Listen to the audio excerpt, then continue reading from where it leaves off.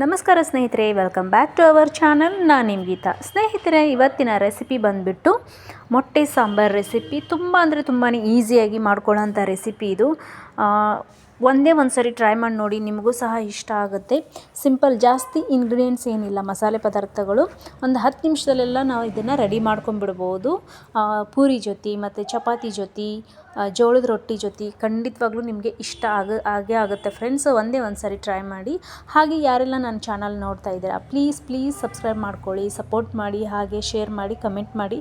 ಎಲ್ಲೂ ಸ್ಕಿಪ್ ಮಾಡದೆ ಈ ವಿಡಿಯೋನ ಕಂಟಿನ್ಯೂ ಆಗಿ ನೋಡಿ, ಖಂಡಿತವಾಗ್ಲೂ ನಿಮಗೆ ಇಷ್ಟ ಆಗೇ ಆಗುತ್ತೆ.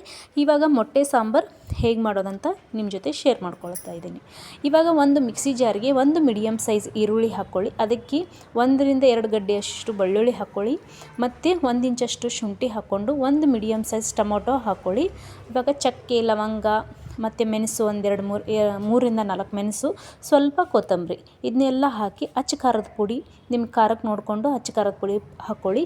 ಹಾಗೆ ಸ್ವಲ್ಪ ಅರಿಶಿನ, ಸ್ವಲ್ಪ ಧನಿಯಾ ಪುಡಿ, ಅಂದರೆ 1 ಟೇಬಲ್ ಸ್ಪೂನಷ್ಟು ಅರಿಶಿನ, ಧನಿಯಾ ಪೌಡರ್ ಮತ್ತು ಅರ್ಧ ಕಪ್ಪಷ್ಟು ಹಸಿ ಕೊಬ್ಬರಿ ಹಾಕ್ಕೊಳ್ಳಿ. ರುಚಿಗೆ ತಕ್ಕಷ್ಟು ಉಪ್ಪನ್ನು ಹಾಕ್ಕೊಂಡು ಸ್ವಲ್ಪ ನೀರು ಹಾಕ್ಕೊಂಡು ಇವಾಗ ನುಣ್ಣಗೆ ರುಬ್ಕೊಂಬರೋಣ. ಅಂದರೆ ಸ್ವಲ್ಪ ಪೇಸ್ಟ್ ಆಗಬೇಕು, ತರಿಯಾಗಿ ಮಾಡ್ಕೋಬೇಡಿ, ಸ್ವಲ್ಪ ಜಾಸ್ತಿ ಚೆನ್ನಾಗಿ ಮಿಕ್ಸಿ ಮಾಡ್ಕೊಳ್ಳಿ. ಈ ಥರ ಪೇಸ್ಟ್ ಆಗಿರಬೇಕು.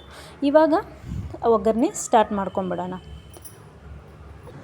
ಗ್ಯಾಸ್ ಸ್ಟವ್ ಆನ್ ಮಾಡಿ ಪಾತ್ರೆ ಬಿಸಿ ಮಾಡೋಕ್ಕೆ ಇಟ್ಕೊಂಡು ಅದಕ್ಕೆ 2-3 ಟೇಬಲ್ ಸ್ಪೂನಷ್ಟು ಕುಕ್ಕಿಂಗ್ ಆಯಿಲ್ ಹಾಕಿ, ಒಂದು ಮೀಡಿಯಮ್ ಸೈಜು ಚಿಕ್ಕದು ಈರುಳ್ಳಿ ಚಿಕ್ಕದಾಗಿ ಕಟ್ ಮಾಡಿಕೊಂಡು ಅದಕ್ಕೆ ಸೇರಿಸ್ಕೊಂಡು ಸ್ವಲ್ಪ ಕರಿಬೇವು ಹಾಕ್ಕೊಂಡು ಇದು ಕೆಂಪಗಾಗೋವರೆಗೂ ಹುರ್ಕೊಳ್ಳೋಣ. ಇದು ಸ್ವಲ್ಪ ಕೆಂಪಗಾದಮೇಲೆ ಇದಕ್ಕೆ ನಾವು ರುಬ್ಬಿರುವಂತಹ ಮಸಾಲೆನೂ ಸಹ ಸೇರಿಸ್ಕೊಂಬಿಡೋಣ.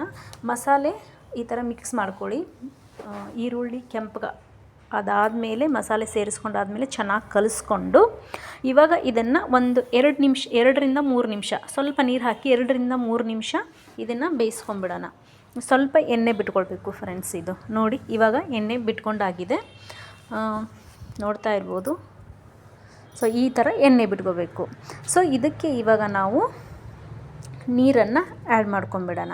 ಸ್ವಲ್ಪ ಎಣ್ಣೆ ಬಿಟ್ಕೊಂಡಿದೆಯಲ್ಲ, ಇವಾಗ ನೀವು ಗ್ರೇವಿ ಯಾವ ಥರ ಬೇಕು ನೋಡಿಕೊಂಡು ಸೊ ಈ ನೀರನ್ನು ಮಿಕ್ಸ್ ಮಾಡ್ಕೊಳ್ಳಿ. ನಿಮಗೆ ಜಾಸ್ತಿ ಸ್ವಲ್ಪ ನೀರು ಬೇಕಂತಂದರೆ ಸ್ವಲ್ಪ ಜಾಸ್ತಿ ಹಾಕ್ಕೊಳ್ಳಿ. ಸ್ವಲ್ಪ ನಮಗೆ ಬೇಡ, ಸ್ವಲ್ಪ ಮೀಡಿಯಮ್ ಸೈಜ್ ಇರಲಿ ಅಂತಂದರೆ ಸ್ವಲ್ಪನೇ ಹಾಕ್ಕೊಳ್ಳಿ. ನಾನು ಇದಕ್ಕೆ 1 ಗ್ಲಾಸಷ್ಟು ನೀರನ್ನು ಆ್ಯಡ್ ಮಾಡಿದ್ದೀನಿ, ಜಾಸ್ತಿ ಆ್ಯಡ್ ಮಾಡಿಲ್ಲ. ನಾವು 3-4 ಜನ ಇದ್ದೀವಿ, ಸೊ ಅಷ್ಟು ಕನ್ಸಿಸ್ಟೆನ್ಸಿಯಲ್ಲಿ ನಾನು ಮಾಡ್ಕೋತಾ ಇರೋದು.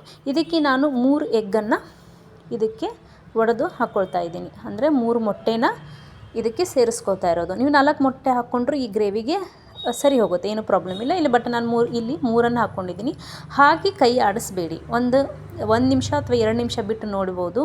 ಇವಾಗ ನಮ್ಮ ಮೊಟ್ಟೆ ಸಾಂಬಾರು ರೆಡಿಯಾಗಿದೆ.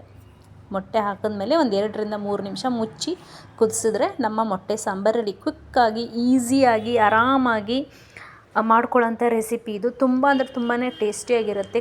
ಕಡಿಮೆ ಇಂಗ್ರೀಡಿಯೆಂಟ್ಸಲ್ಲೇ ಇದು ಮಾಡ್ಕೊಳ್ಳೋಂತಹ ಮೊಟ್ಟೆ ಸಾಂಬಾರು. ನೋಡಿದ್ರಲ್ಲ, ಎಲ್ಲವನ್ನು ಮಸಾಲೆ ಹೆಚ್ಚಿಟ್ಕೊಂಡ್ರೆ ಸೊ 5-10 ನಿಮಿಷದಲ್ಲಿ ಮೊಟ್ಟೆ ಸಾಂಬಾರು ರೆಡಿಯಾಗಿಬಿಡುತ್ತೆ. ಒಂದೇ ಒಂದು ಸರಿ ನೀವು ಟ್ರೈ ಮಾಡಿ ನೋಡಿ, ಖಂಡಿತವಾಗ್ಲೂ ನಿಮಗೆ ಇಷ್ಟ ಆಗೇ ಆಗುತ್ತೆ ಫ್ರೆಂಡ್ಸ್. ಈ ರೆಸಿಪಿ ನಿಮಗೆ ಇಷ್ಟ ಆಗಿದೆ ಅಂತ ಅಂದ್ಕೊಳ್ತೀನಿ. ಮತ್ತೆ ನಾನು ಮುಂದಿನ ರೆಸಿಪಿಯೊಂದಿಗೆ ಸಿಗ್ತೀನಿ. ಅಲ್ಲಿವರೆಗೂ ಟೇಕ್ ಕೇರ್, ಬಾಯ್.